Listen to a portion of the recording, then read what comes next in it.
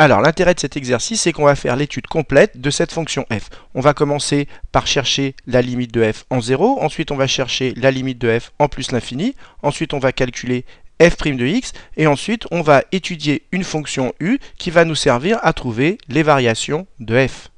Et c'est très classique dans les exercices d'avoir besoin d'étudier une autre fonction qu'on appelle auxiliaire. Pourquoi auxiliaire? Parce que ce n'est pas la fonction principale de l'exercice, elle permet juste de trouver les variations de f. Alors avant de corriger, je rappelle que si vous voulez vraiment progresser, il est impératif que vous cherchiez les exercices avant de regarder la correction. Donc si vous n'avez pas encore cherché cet exercice, appuyez sur pause, cherchez-le, puis ensuite seulement regardez la correction. Alors corrigeons la première question. On nous demande de trouver la limite de f en 0. On va donc faire tendre x vers 0. Et donc si x tend vers 0, cherchons la limite du numérateur. Ce bloc-là, x, évidemment, il tend vers 0. Et ln de x, vous savez que si x tend vers 0, ln de x tend vers moins l'infini. Donc au numérateur, on a quelque chose du type 0 fois l'infini. Et vous savez que 0 fois l'infini, c'est une forme indéterminée. Mais ça tombe bien parce que dans votre cours, il y a la limite justement de x, ln de x, quand x tend vers 0. Et vous savez que c'est x qui l'emporte sur ln de x. Donc si x tend vers 0 et que ln de x tend vers moins l'infini, comme c'est x qui l'emporte, eh bien cette limite, elle vaut 0. Donc ça veut dire que le numérateur, ici, le numérateur, il tend vers 0. Alors quant au dénominateur, comme x, ce bloc-là, tend vers 0, et bien x plus 2, tout ça, ça tend vers 2. Donc finalement, on a le numérateur qui tend vers 0 et le dénominateur qui tend vers 2. Donc si le numérateur tend vers 0 et que le dénominateur tend vers 2, 0 divisé par 2, ça tend vers 0. Et maintenant, il n'y a plus qu'à le rédiger sur sa copie. Et donc j'écris tout simplement que la limite du numérateur, c'est-à-dire la limite de x, ln de x quand x tend vers 0, cette limite, elle vaut 0. Et pourquoi j'ai le droit d'écrire ceci? Parce que cette limite, elle est dans mon cours. C'est pour ça que j'ai écrit d'après le cours. Ensuite, je passe au dénominateur. Je vais chercher donc la limite de x plus 2 quand x tend vers 0. Eh bien, la limite de x plus 2 quand x tend vers 0, c'est tout simplement 0 plus 2, c'est-à-dire 2. Et comme ça, c'est la limite du numérateur et que ça, c'est la limite du dénominateur, j'écris par quotient, la limite de f de x, c'est 0 sur 2, c'est-à-dire 0. Voilà comment on justifie que la limite de f de x en 0, c'est 0. Alors maintenant, on va chercher la limite de f en plus l'infini. Donc on va faire tendre x vers plus l'infini. Donc x tend vers plus l'infini. Si x tend vers plus l'infini, vous savez que ln de x tend aussi vers plus l'infini. Donc au numérateur, on a l'infini fois l'infini. Donc la limite, ce sera l'infini en appliquant la règle des signes. Et plus fois plus, ça fait plus. Donc le numérateur, il va tendre vers plus l'infini. Quant au dénominateur, je rappelle que x tend vers plus l'infini. Donc x plus 2 tend aussi vers plus l'infini. Donc on a une forme. Au numérateur, ça tend vers plus l'infini. Au dénominateur, ça tend également vers plus l'infini. Donc on a une forme du type l'infini sur l'infini. Donc il s'agit d'une forme indéterminée. Alors je rappelle que quand vous avez une forme indéterminée du type l'infini sur l'infini, il faut penser à mettre en facteur le terme prépondérant. Prépondérant, ça veut dire quoi? Ça veut dire le terme qui pèse le plus lourd. Alors regardez, au numérateur, c'est déjà un produit, c'est donc déjà factorisé. Donc là, il n'y a rien à faire. Par contre, au dénominateur, c'est une addition, donc on va pouvoir mettre quelque chose en facteur. Et le terme prépondérant, c'est-à-dire le terme qui pèse le plus lourd en plus l'infini entre 2 et x, c'est x. Donc au dénominateur, on va mettre x en facteur. Et vous verrez que du coup, on pourra ensuite simplifier par x et qu'après, il n'y aura plus de forme indéterminée et qu'on pourra trouver la limite de f en plus l'infini. Alors j'ai réécrit f de x ici. Je répète, je vais mettre x en facteur au dénominateur. Ensuite, je vais simplifier par x. Et après avoir fait ça, seulement après, je vais chercher la limite et vous verrez qu'il n'y aura plus de forme indéterminée. Alors je commence à arranger. Au numérateur, je ne touche rien. Donc ça fait x ln de x. Au dénominateur, je vais mettre x en facteur, et pour savoir ce qu'il y a dans cette parenthèse, comme je mets x en facteur, il faut tout diviser par x. Donc x divisé par x, ça fait 1, plus 2 divisé par x, ça fait 2 sur x. Vérifions que je ne me sois pas trompé. Si je développe ça, je dois retomber là-dessus. X fois 1, ça fait bien x, plus x fois 2 sur x, ça fait bien 2. Donc là, je ne me suis pas trompé, j'ai exactement la même chose. Maintenant, je peux simplifier par x. Qu'est-ce qui reste au numérateur? Il reste ln de x. Et au dénominateur, il reste tout simplement 1 plus 2 sur x. Et maintenant, je vais rechercher la limite de f de x, mais avec cette expression, et vous allez voir qu'il n'y a plus de forme indéterminée. Alors je rappelle qu'on cherche la limite quand x tend vers plus l'infini. Donc si x tend vers plus l'infini, vous savez que ln de x tend vers plus l'infini. Ici, si x tend vers plus l'infini, 2 sur x, ça tend vers 0. Et donc 1 plus un nombre qui tend vers 0, tout ça, ça tend vers 1. Donc le numérateur tend vers plus l'infini, le dénominateur tend vers 1. On a donc une forme du type plus l'infini sur 1. Et quand on a quelque chose du type plus l'infini sur 1, ça tend vers plus l'infini. Ça veut donc dire que la limite de f de x en plus l'infini, c'est plus l'infini. Et maintenant, il n'y a plus qu'à le rédiger. Et donc j'écris que la limite du numérateur, c'est-à-dire la limite de ln de x quand x tend vers plus l'infini, si x tend vers plus l'infini, je rappelle que ln de x tend vers plus l'infini. Et maintenant je passe au dénominateur, je vais donc chercher la limite de 1 plus 2 sur x. Vous savez que si x tend vers plus l'infini, 2 divisé par un nombre infiniment grand, ça tend vers 0. Donc ce bloc-là tend vers 0, c'est ce qu'on a expliqué au brouillon.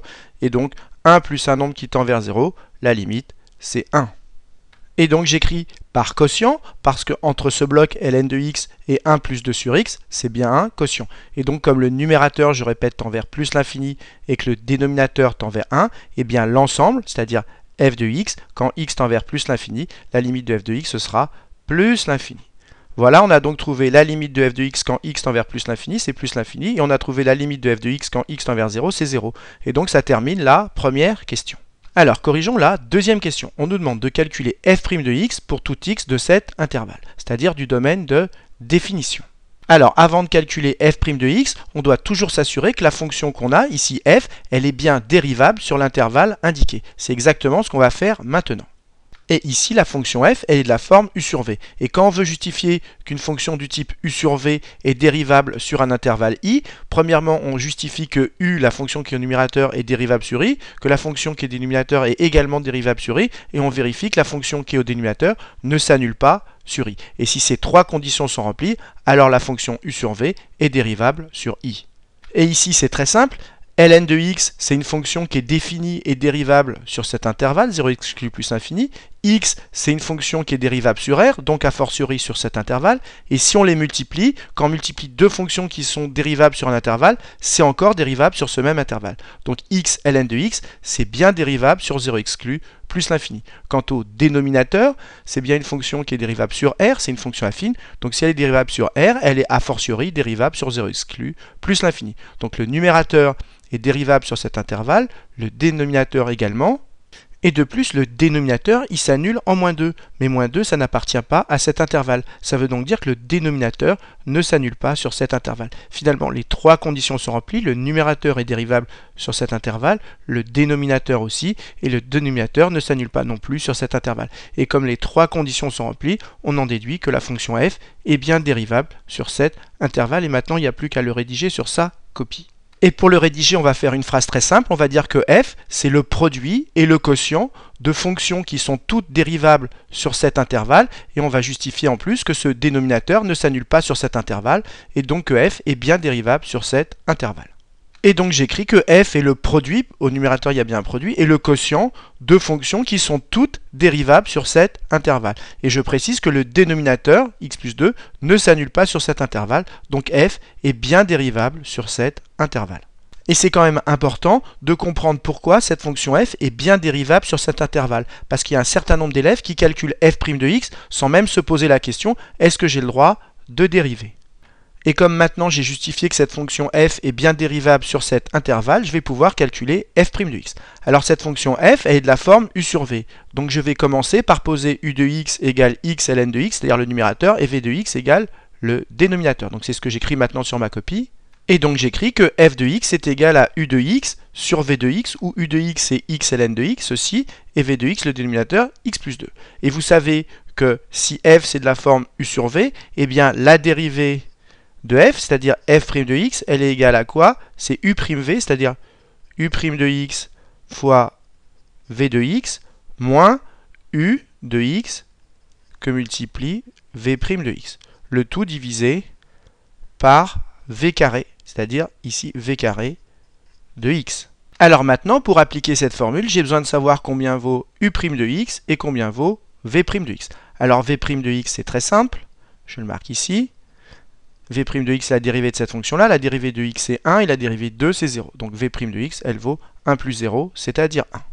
Alors pour calculer u' de x, c'est un tout petit peu plus compliqué parce que u, elle est sous la forme d'un produit. Si celle-là, je l'appelle u1 et que celle-là, je l'appelle u2, pour calculer la dérivée de u1 fois u2, la dérivée de u1 fois u2, c'est la dérivée de la première que multiplie la seconde, plus U1 que multiplie la dérivée de la seconde. Donc ici, ça va me donner U' de x égale quoi? La dérivée de la première, la dérivée de x, c'est 1, je saute pas d'étape, que multiplie la seconde, ln de x, plus U1, c'est-à-dire x, que multiplie la dérivée de la seconde, mais la dérivée de ln de x, c'est 1 sur x. Alors maintenant, si on arrange, 1 fois ln de x, ça me donne ln de x, et plus x fois 1 sur x, ça simplifie, reste 1. Et ici, pour pas qu'il y ait d'ambiguïté, c'est pas le x plus 1 qui est dans le ln, mais juste le x. Ici, je rajoute des parenthèses. Et donc maintenant, si je remplace, u' de x, c'est-à-dire ça fait ln de x plus 1, que multiplie v de x, c'est-à-dire x plus 2, moins quoi? Moins u de x, c'est-à-dire x, que multiplie ln de x, que multiplie v' de x, c'est-à-dire 1. Le tout divisé par v carré, c'est-à-dire x plus 2 au carré. Et maintenant, si on arrange le numérateur, je développe, ça fait ln de x fois x, ce que j'écris à l'envers, x ln de x, plus ln de x fois 2, c'est-à-dire 2 ln de x, plus 1 fois x, c'est-à-dire plus x, plus 2, moins x ln de x. Et x ln de x et x ln de x ici vont s'éliminer. Et qu'est-ce qui reste au numérateur si je remets dans l'ordre? Il reste x plus 2 plus 2 ln de x, le tout sur x plus 2 au carré. Et ce qui est important de comprendre, c'est que tout le calcul qu'on a fait là pour calculer f' de x, il est valable pour tout x de l'intervalle 0 exclu plus l'infini. Donc ça, c'est important de le rajouter sur sa copie. Et donc on a bien répondu à la deuxième question, puisqu'on a calculé f' de x pour tout x de l'intervalle 0 exclu plus l'infini. Voilà qui termine la deuxième question. Alors, dernier point important à souligner, c'est que quand on a fini un calcul, il faut regarder la question d'après. Et regardez f' de x, la fonction que vous avez au numérateur, x plus 2 ln de x, c'est exactement la fonction que vous avez à la troisième question. Et là, qu'est-ce qu'on se dit? On se dit que ce qu'on a obtenu à la deuxième question, ça semble cohérent avec la suite de l'énoncé, et donc qu'a priori, on n'a pas fait d'erreur. Alors, corrigeons la question 3a. On nous demande de calculer u' de x pour tout x de cet intervalle. Alors je rappelle qu'avant de calculer u' de x, vous devez justifier que la fonction u est bien dérivable sur l'intervalle indiqué, c'est-à-dire sur l'intervalle 0 exclu plus l'infini.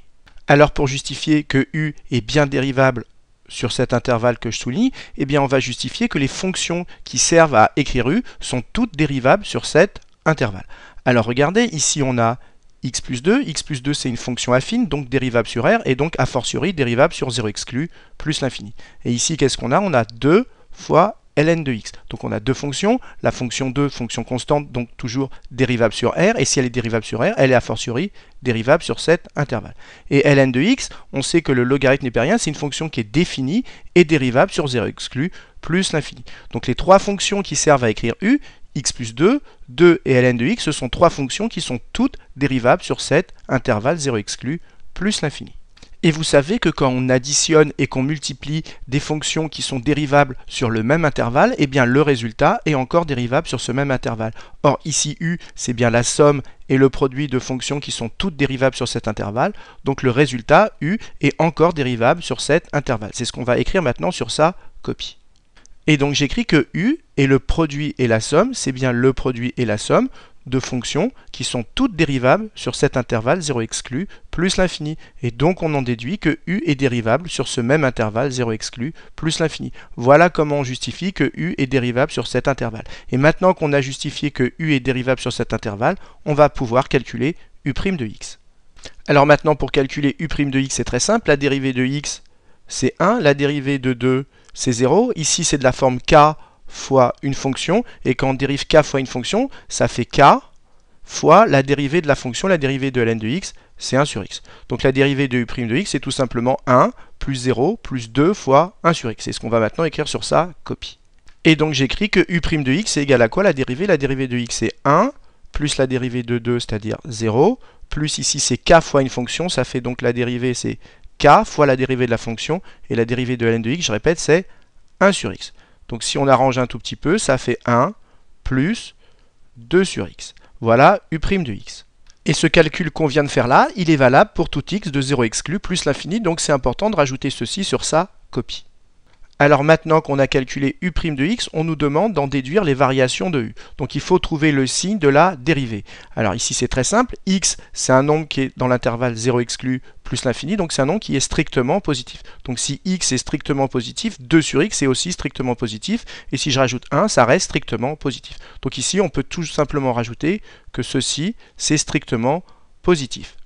Et on rajoute car x est strictement positif puisque x appartient à cet intervalle. Alors maintenant qu'on a trouvé le signe de la dérivée, qui est ce signe est strictement positif, et ben on en déduit que la fonction u est donc strictement croissante sur cet intervalle. Et donc il n'y a plus qu'à le rajouter. Et donc j'écris que u est strictement croissante sur cet intervalle. Voilà qui termine la question 3a. Alors corrigeons la question 3b. On nous demande de trouver les limites de u en 0 et en plus l'infini. Alors si on fait tendre x vers 0, et bien la limite de x en 0, c'est évidemment 0. La limite de 2, quand x tend vers 0, comme c'est une fonction constante, la limite de 2, quelle que soit la valeur de x, c'est 2. La limite de ln de x maintenant, si on fait tendre x vers 0, vous savez que ln de x tend vers moins l'infini. Et si ln de x tend vers moins l'infini, 2 fois ln de x, ça va tendre vers, dans sa tête on pense, 2 fois moins l'infini. Et 2 fois moins l'infini, ça tend vers moins l'infini. Donc finalement, on a ce bloc-là qui tend vers 0, ce bloc-là qui tend vers 2, donc si on les additionne, ça tend vers 2, et ce bloc-là qui tend vers moins l'infini. Et si on a un bloc qui tend vers 2 et que l'autre bloc tend vers moins l'infini, eh bien l'ensemble tend vers moins l'infini. Il n'y a plus qu'à l'écrire maintenant sur sa copie. Et donc j'écris que la limite de x plus 2, c'est-à-dire de ce bloc-là, quand x tend vers 0, c'est 0 plus 2, c'est-à-dire 2. Ensuite j'écris que la limite de ce bloc-là, la limite de 2 ln de x, quand x tend vers 0, c'est moins l'infini. Et comme entre ces deux blocs, il y a une somme, j'écris par somme la limite du tout, c'est-à-dire la limite de u de x quand x tend vers 0. Quand j'additionne un bloc qui tend vers 2 et un bloc qui tend vers moins l'infini, la somme tend vers moins l'infini. C'est pour ça que la limite de u de x quand x tend vers 0, c'est moins l'infini. Alors maintenant, on va chercher la limite de u en plus l'infini, c'est-à-dire qu'on va faire tendre x vers plus l'infini. Donc si on fait tendre x vers plus l'infini, x plus 2, ça tend vers plus l'infini. Et vous savez que la fonction logarithme n'est pas rien. Quand x tend vers plus l'infini, si x tend vers plus l'infini, ln de x tend vers plus l'infini. Et comme on multiplie par 2, 2 fois plus l'infini, tout ceci, ça va tendre vers plus l'infini. Donc ce bloc-là tend vers plus l'infini, ce bloc-là aussi, et quand on additionne deux fonctions qui tendent vers plus l'infini, le résultat tend encore vers plus l'infini. C'est ce qu'on va écrire maintenant sur sa copie. Et donc j'écris que la limite de x plus 2, ce bloc-là quand x tend vers plus l'infini, c'est tout simplement plus l'infini. Et que la limite de ce bloc-là, 2 ln de x, quand x tend vers plus l'infini, ln de x tend vers plus l'infini, donc 2 fois plus l'infini, ça tend vers plus l'infini. Et comme on additionne ces deux blocs, que ce bloc tend vers plus l'infini et que l'autre aussi, quand on additionne deux blocs qui tendent vers plus l'infini, on peut écrire que par somme, la limite du tout, c'est-à-dire la limite de u de x, quand x tend vers plus l'infini, c'est plus l'infini. Voilà qui termine la question 3b, puisqu'on a trouvé la limite de u de x en 0 et en plus l'infini. Alors, corrigeons la question 3c. On nous demande de montrer que l'équation u de x égale 0, cette équation, elle admet une unique solution qu'on appelle alpha sur cet intervalle 0 exclu plus l'infini.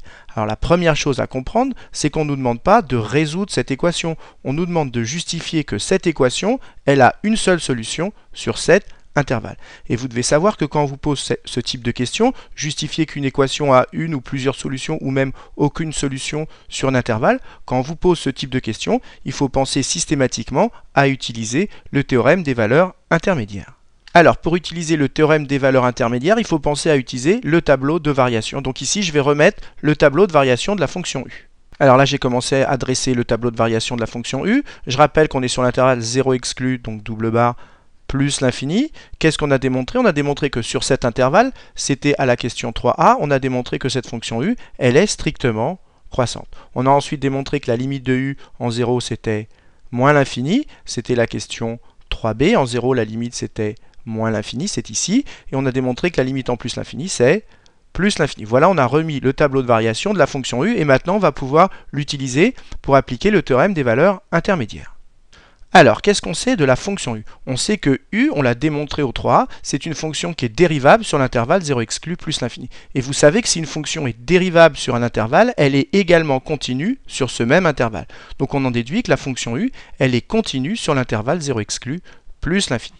Et de plus, on sait que la fonction u, elle est strictement croissante sur ce même intervalle 0 exclu plus l'infini. Donc si la fonction u est continue et strictement croissante sur cet intervalle 0 exclu plus l'infini, qu'est-ce qu'on va en conclure à l'aide du théorème des valeurs intermédiaires? Eh bien on va en conclure tout simplement que la fonction u, elle va prendre une fois et une seule toutes les valeurs de l'intervalle moins l'infini plus l'infini. Or 0, c'est bien un nombre qui appartient bien à l'intervalle moins l'infini plus l'infini. C'est pour ça que la fonction u, elle va prendre une fois et une seule la valeur 0, et ce dans l'intervalle 0 plus l'infini. C'est pour ça que l'équation u de x égale 0, elle admet une unique solution dans cet intervalle 0 exclu plus l'infini. Et maintenant, il n'y a plus qu'à l'écrire sur sa copie.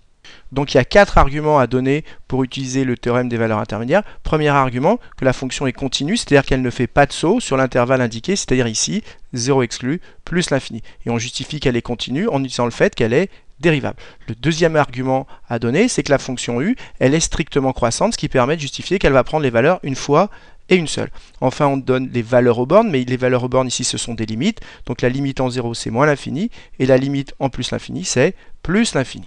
Et une fois qu'on a donné ces 4 arguments, on écrit d'après le théorème des valeurs intermédiaires. Ici, je l'ai écrit en abrégé, mais sur une copie, c'est mieux de l'écrire en toutes lettres. Donc, d'après le théorème des valeurs intermédiaires, l'équation u de x égale 0 admet une unique solution. Et c'est important de préciser l'intervalle où se trouve cette solution. Ici, cette solution, elle se trouve dans l'intervalle 0 exclu plus l'infini. Donc, elle admet une unique solution sur cet intervalle 0 exclu plus l'infini. Et cette solution, elle est notée alpha. Pourquoi alpha? Parce que c'est dans l'énoncé qu'on nous dit que cette solution s'appelle alpha. Voilà qui termine la question 3c.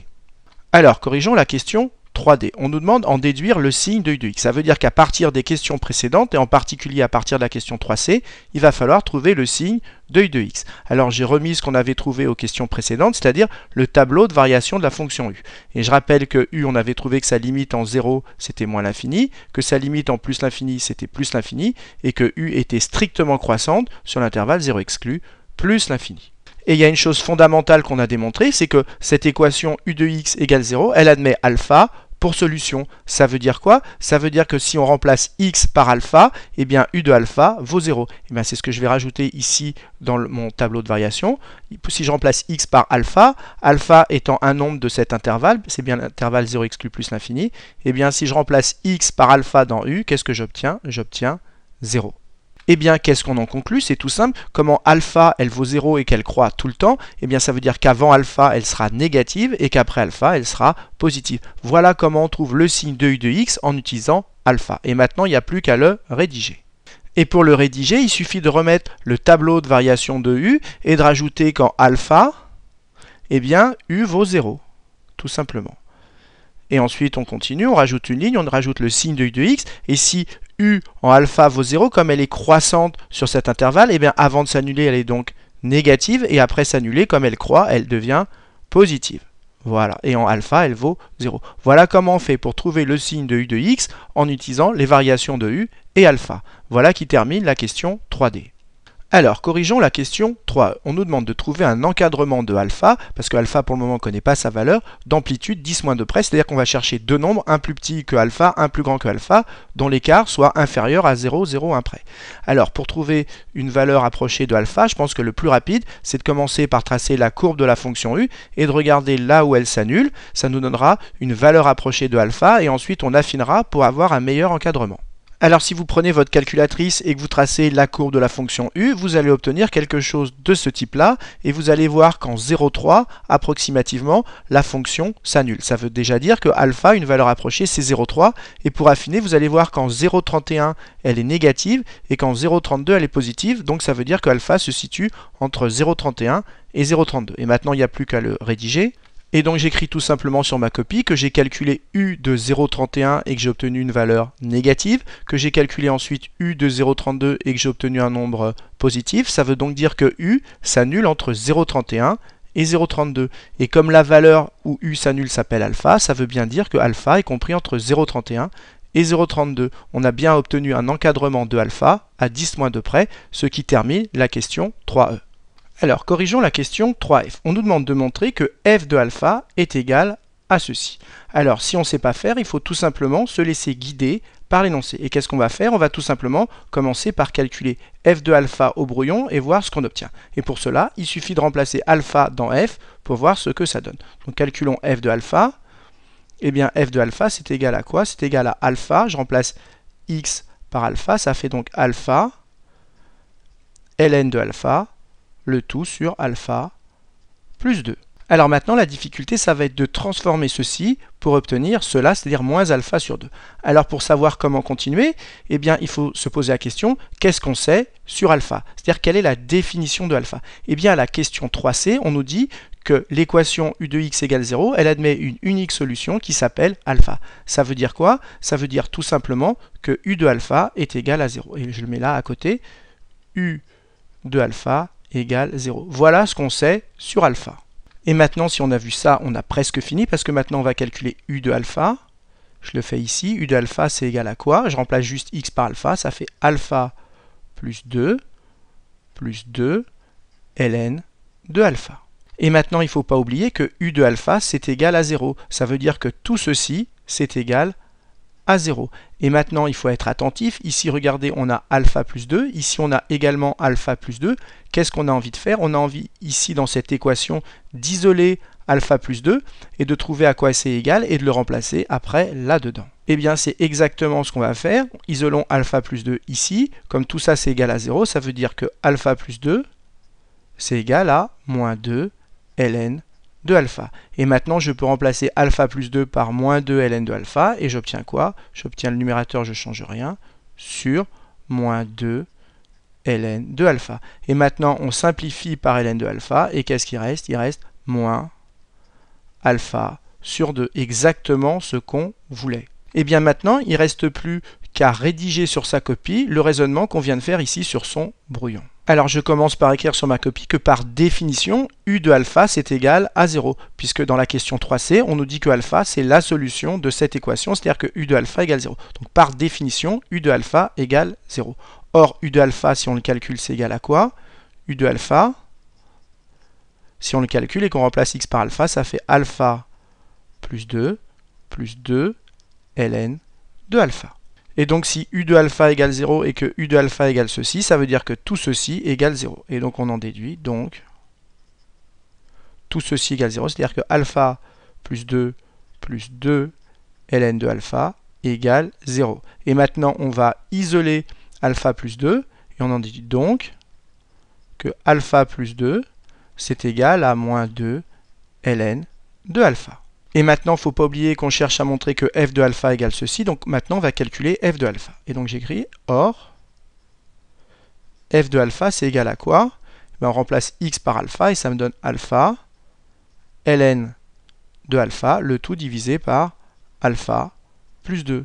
Mais comme on vient de montrer que alpha plus 2, c'est égal à ceci, je vais remplacer alpha plus 2 par cela. Et donc j'obtiens, le numérateur, je ne change pas. Je refais exactement ce que j'ai fait au brouillon. Le tout divisé par moins 2 ln de alpha. Je simplifie par ln de alpha, et qu'est-ce qui reste? Il reste moins alpha sur 2. Exactement ce qu'on devait montrer. Alors, corrigeons la question 4. On nous demande d'exprimer f' de x en fonction de u de x. Alors déjà, revenons à la question où on a calculé f' de x, c'est-à-dire à la deuxième question. Et on avait trouvé à la deuxième question que pour tout x de l'intervalle 0 exclu plus l'infini, eh bien on avait vu que f' de x était égal à x plus 2 ln de x divisé par x plus 2 au carré. Et on avait déjà remarqué à la question 2 que le numérateur c'était exactement u de x. Donc c'est ce qu'on va écrire maintenant.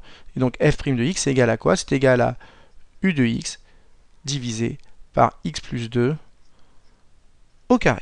Alors maintenant, on nous demande de trouver les variations de f. Mais comme on a trouvé combien vaut f' de x, et bien pour trouver les variations de f, il suffit de trouver le signe de f' de x. Et comme c'est une fraction, on va trouver le signe du numérateur, mais u de x, on a déjà trouvé son signe à la question 3D, et le signe du dénominateur, c'est un carré, donc il est positif. Et bien maintenant, on va résumer tout cela dans le tableau de signes de f' que je vais dresser maintenant. Alors voilà, j'ai commencé à dresser le tableau de signes de f' de x. Ici, on est sur l'intervalle 0 exclu plus l'infini, donc 0 exclu double barre, plus l'infini.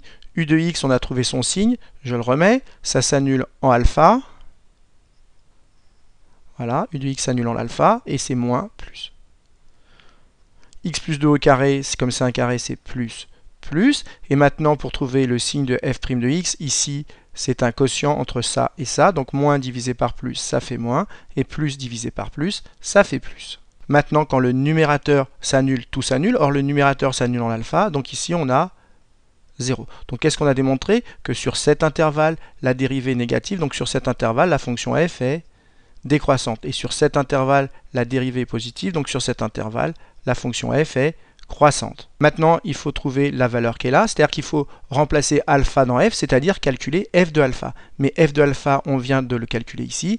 Il vaut moins alpha sur 2. Donc ici, on peut rajouter moins alpha sur 2. Maintenant, il faut rajouter la valeur qui est là, et ici, c'est la limite de la fonction en 0. Et on avait vu à la première question que la limite de la fonction en 0, c'était 0.